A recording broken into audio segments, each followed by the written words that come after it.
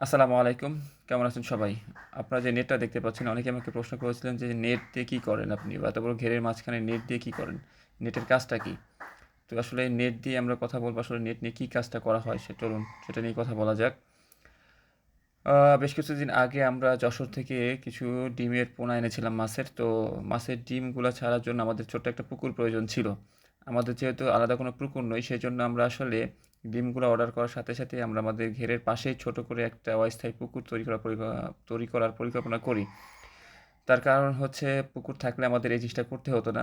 তো সেজন্য আমরা একটা নেট জাল দিয়ে ছোট্ট একটা পুকুর তৈরি করি। চারপাশে বাঁশ দিয়ে খুঁটি দিয়ে ঘেরে সেখানে আমরা আসলে ডিম ছাড়ার পরিকল্পনা করি। তো এর আগেও আমরা এর সেম ভাবে ২ বার চেষ্টা করেছিলাম যে এখানে ডিম ছেড়ে পোনা ফাটানোর। কিন্তু দুঃখের বিষয় হচ্ছে যে আমরা ২ বারই ব্যর্থ হয়েছি। একবার হচ্ছে হঠাৎ বন্যার কারণে আমাদের ডিমগুলো তলিয়ে যায়।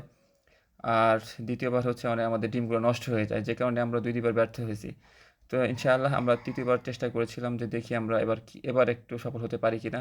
তো সেজন্যই আমরা আবারও চেষ্টা করি যে ডিম থেকে আমরা পোনা ফোটাবো যেভাবেই হোক ইনশাআল্লাহ।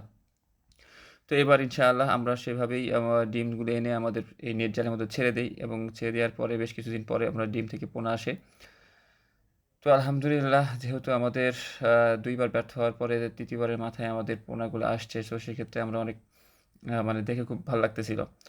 সত্যি কথা বলতে আমরা যে পোনাগুলা এত বড় হইছে আমরা এর আগে দেখিনি। কারণ হচ্ছে যে আমরা যখন মাছকে খাবার দিতাম পোনা মাছগুলাকে তখন আসলে ওরা মানে উপরে এসে ঠোক দিয়ে খেয়ে চলে যেত। কিন্তু ওদের মাছের সাইজ বা গ্রোথটা আসলে ওইভাবে বোঝা যেত না। আর ওইভাবে ধরতেও পারতাম না যে আমরা মাছগুলো আসলে দেখব।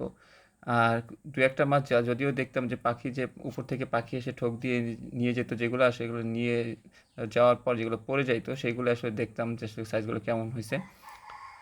তো এখন মাছগুলো ছাড়ার কারণ হচ্ছে আমাদের এখন পাটের সিজন চলছে। যেহেতু পাটের সিজন আমাদের ঘেরটা হচ্ছে বিলের মাঝখানে। আর এখানেই মানে অত্র এলাকার সব ধরনের পাট এখানে পচন ধরানো হয়।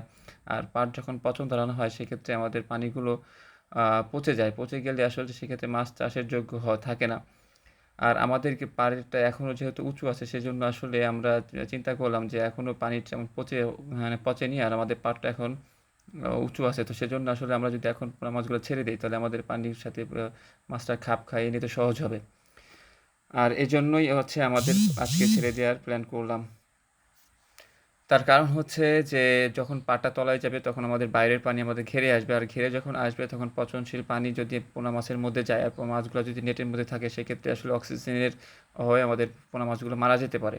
তো আসলে ওই রিস্কটা না নেওয়ার জন্যই আমরা আগেভাগেই এইখান থেকে আমরা মাছগুলো জাল থেকে আসলে পুকুরে ছেড়ে দিলাম। তো এর মধ্যে আসলে হঠাৎ করে দেশি মাছ কোথা থেকে আসলো আমরা জানি না। হঠাৎ করে দেখলাম যে আমাদের দেশি তারাবাইন যেটা বলে থাকে সেটা এবং শিং মাছ এখানে এর মধ্যে আরও বেশ কিছু দেশি মাছ ছিল। তো সেগুলো আমরা ধরে রাখলাম। যাই হোক, আলহামদুলিল্লাহ আমরা যেহেতু আমাদের পরপর ২ বার ব্যর্থ হওয়ার পরে ৩ বারের মাথায় আমরা সফল হয়েছি।